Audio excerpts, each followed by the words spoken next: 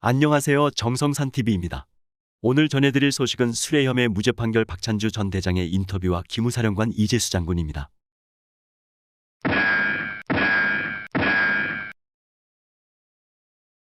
장군 이전역할 때는 배고 예포 19발이 울린다. 늠름한 의장대를 사열한다. 장군은 오래전부터 후배 군인들에게 들려주려고 마음먹은 이야기를 이날 꺼낼 것이다.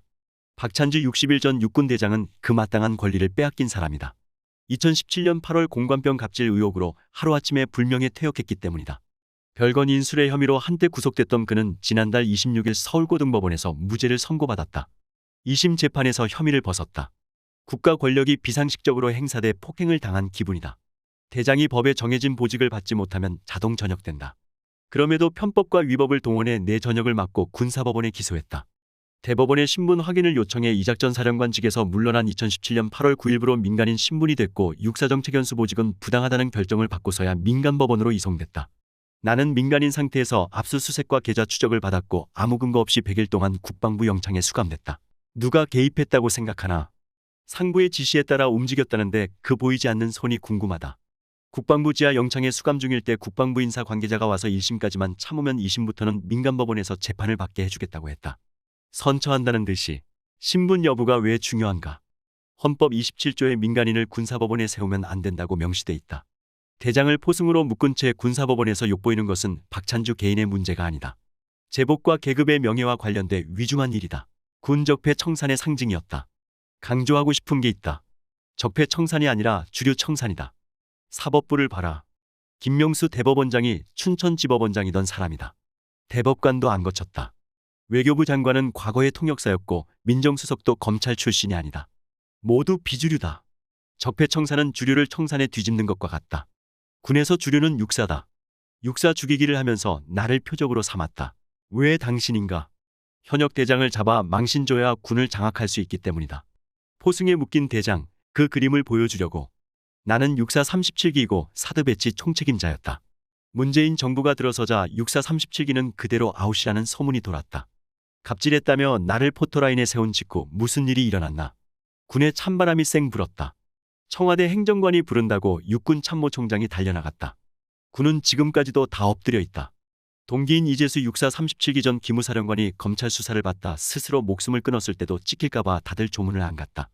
이재수 장군은 인사의대부였다. 많은 군인이 그의 은혜를 입었다. 살아서 아들 결혼식을 올렸다면 현역들로 미어터졌을 거다. 청와대는 장군 인사는 대통령 고유 권한이라고 했다. 반은 맞고 반은 틀린다. 국방부가 제청해야 하는데 그 명단에 밀어 넣으려는 정지 작업이었다. 대통령 뜻인 것처럼 이름을 흘리는 경우도 많다. 강군 만드는 건 오래 걸리지만 무너지는 건 하루아침이다. 정치가 군을 오합지졸로 만들고 있다. 공관병 갑질 파문의 진실은 호출 팔찌를 채웠다느니 냉장고를 절도했다느니 과장과 왜곡이 난무했다. 비난받을 일이었다고 생각하지 않는다. 이작전 사령부는 영남 호남 충청을 관할한다.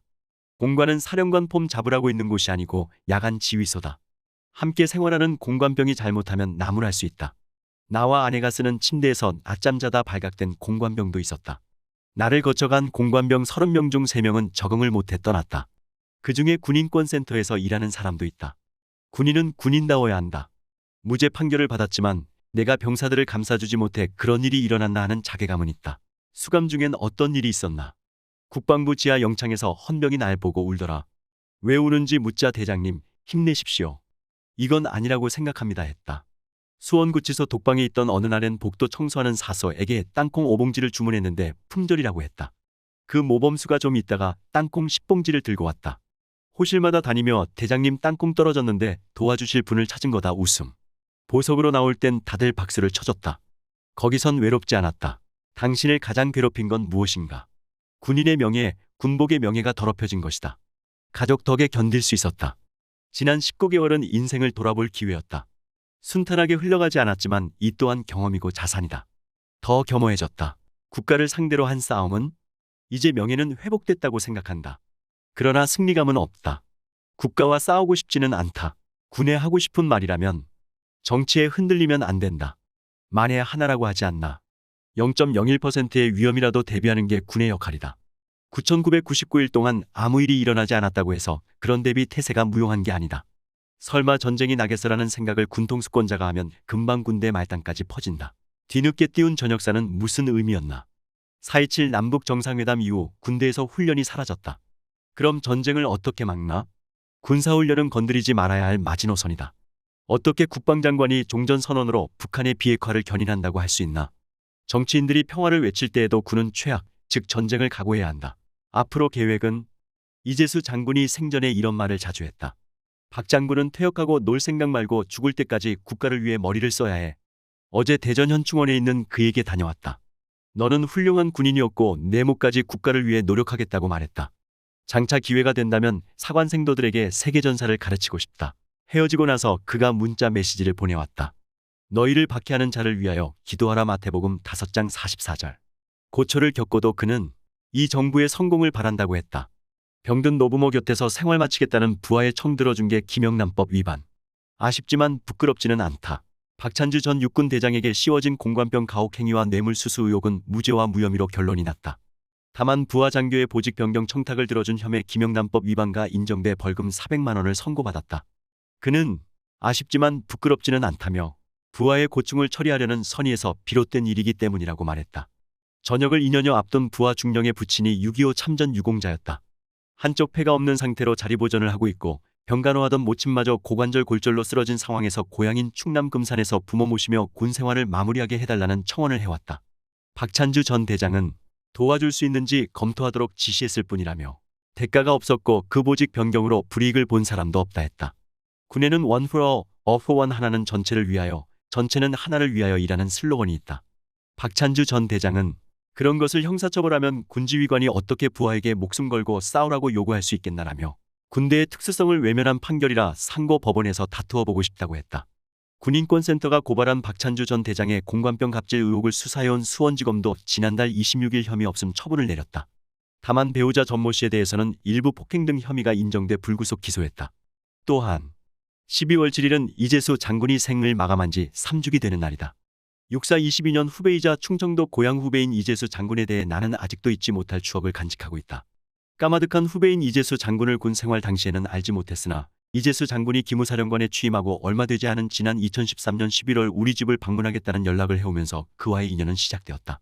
이재수 장군은 우리 집에 찾아와 내가 보안부대에 근무한 7년 동안의 조난자료를 내놓으면서 사령관으로 부임하고 나서 총장님의 조난자료를 확인하던 중 대위와 소령 시절 당시의 대부궁 징보복작전과 대간첩작전에 대해 자세히 읽어봤습니다. 처음 사령관으로 부임했을 때 기무사령부의 역할이 무엇인지 정확한 개념이 잡히지 않았는데 총장님의 조난자료를 읽어보면서 이제는 어느 정도 이해가 됐습니다. 라는 이야기를 했고 나는 이 장군에게 기무부대는 대간첩 테러 대태협 3가지를 핵심으로 하는 부대다. 기무부대 전 요원이 이 3가지만 숙지한다면 부대 운영에 큰 어려움은 없을 것이다. 라고 조언한 바 있다. 당시 이재수 장군과 나는 기무부대 운영 이후에도 우리나라 국방 문제에 대해 한참 동안 이야기를 나누었다. 이재수 장군이 돌아가기 위해 자리에서 일어나면서 과연 육사 69기까지의 졸업생들 중 과연 선배님 같은 분이 있겠습니까? 선배님 같은 분은 앞으로도 육사에서 나오기 힘들 것 같습니다.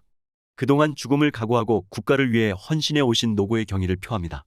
라고 말하면서 거수경례를 하며 충성을 외쳤다.